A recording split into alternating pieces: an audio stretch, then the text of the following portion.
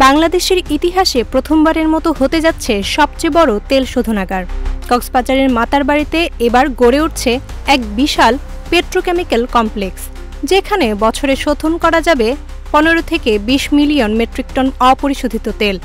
বিশেষ করে অন্তর্বর্তী সরকারের অধীন ডক্টর ইউনূসের নেতৃত্বে এই উদ্যোগ নতুন বাংলাদেশ গঠনের আর্থিক ভিত মজবুত করার লক্ষ্যে নেয়া একটি যুগান্তকারী পদক্ষেপ বলেই মনে করছেন বিশ্লেষকরা। ডক্টর ইউনূসের সরকার অর্থনৈতিক কূটনীতি ও টেকসই উন্নয়নে যেমন জোর দিচ্ছে, এই প্রকল্প তারই বাস্তব প্রতিফলন, স্বনির্ভরতার পথে একটি সাহসী পদক্ষেপ। সংবাদ মাধ্যমের বরাতে জানা যায়, বাংলাদেশ পেট্রোলিয়াম কর্পোরেশন বা বিপিসির প্রস্তাবনায় এই প্রকল্পটির জন্য ইতোমধ্যে 400 হেক্টরেরও বেশি জমি চিহ্নিত করা হয়েছে। অন্তর্বর্তী সরকার বলছে, এটি হবে দেশের জ্বালানি নিরাপত্তার গেম চেঞ্জার পদক্ষেপ।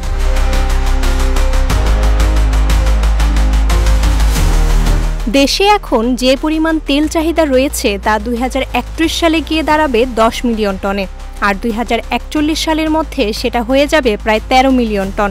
বর্তমানে দেশে মাত্র 1.57 মিলিয়ন টনের মতো মজুদ ক্ষমতা রয়েছে, যা মোটামুটি 30 থেকে 35 দিনের চাহিদা পূরণে যথেষ্ট।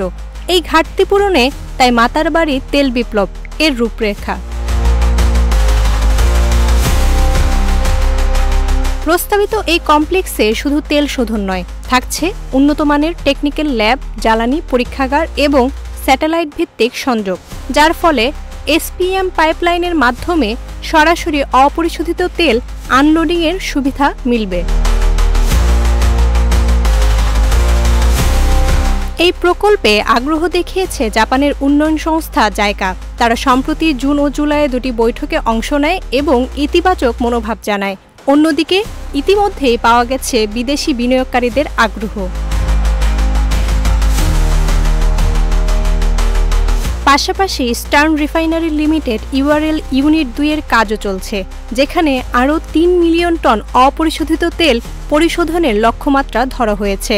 বিশেষজ্ঞরা বলছেন, এই প্রকল্প বাস্তবায়িত হলে বাংলাদেশ আর তেল আমদানিতে এতটা নির্ভরশীল থাকবে না, বরং হবে স্বনির্ভর জ্বালানি অর্থনীতির এক নতুন দিগন্তের সূচনা।